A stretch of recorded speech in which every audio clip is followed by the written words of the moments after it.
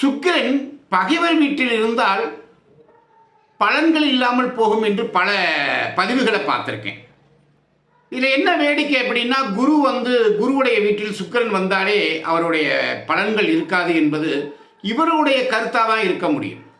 ஜோதிட நூல் என்ன சொல்லுது? 1200 வருடங்களுக்கு முன் எழுதப்பட்ட சாராவளி எனும் நூல் என்ன சொல்லுதுன்னு பார்ப்போமா?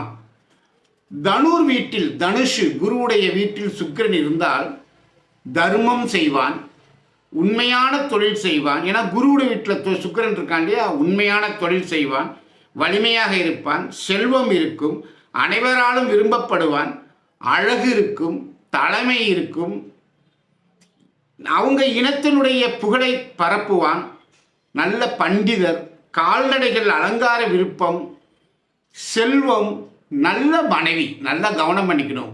பகை வீட்டில் குருவுடைய வீட்டில் சுக்கிரன் இருந்தால் நற்குண மனைவி, நல்ல மனைவி, அமைச்சருடைய திறமை, நல்ல உடலமைப்பு, மக்களால் மரியாதை செய்யப்படுவார். இதை விட என்ன நல்ல பலன்கள் வேணும்?